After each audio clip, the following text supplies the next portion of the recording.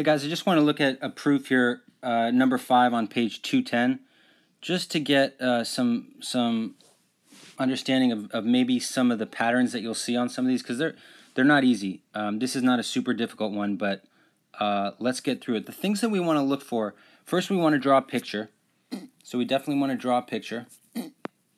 If we're not writing on the one that the book has.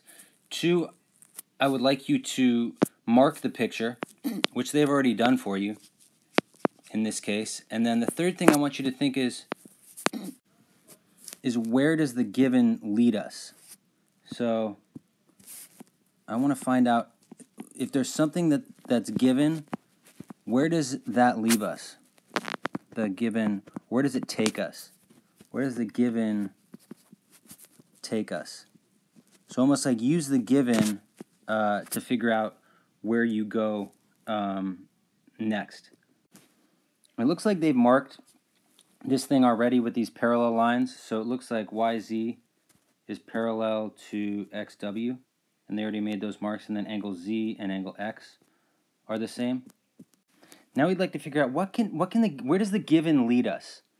And this is where we kind of get some practice with these, and we start to see things.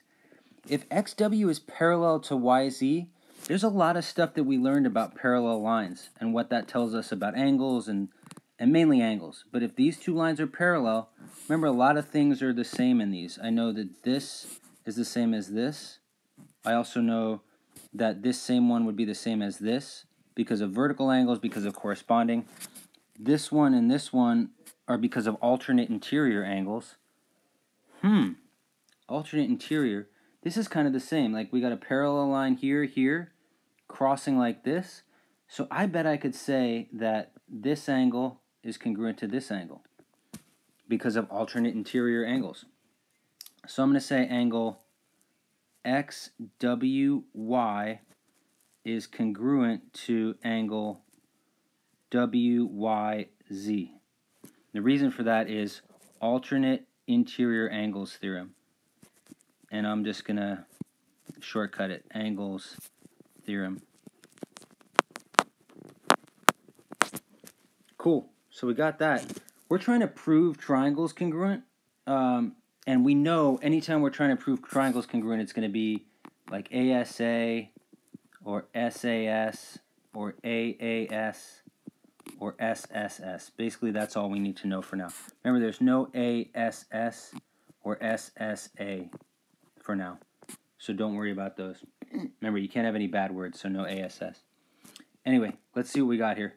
I'm going to erase this just to give myself some room, some clarity. All right, it looks like I have two angles here. I have an angle here, and an angle here, and then an angle here, and an angle here. So man, if I get just one more side, I'm good to go. Oh, and hey, these share a side. So WY is congruent to WY because it's congruent to itself. Why are things congruent to themselves? Because of the reflexive property of congruence. You can write it like this, reflexive property congruence. And so I know this is congruent to itself. So now it looks like I have an angle, another angle, and a side. So it looks like I can prove these two triangles congruent with AAS theorem.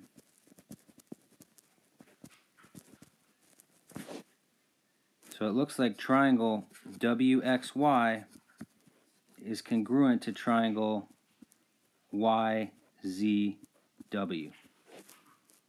That's it. That's this proof. So the key is looking, okay, since they give us parallel lines, we're probably going to have to use that to get an angle or something like that.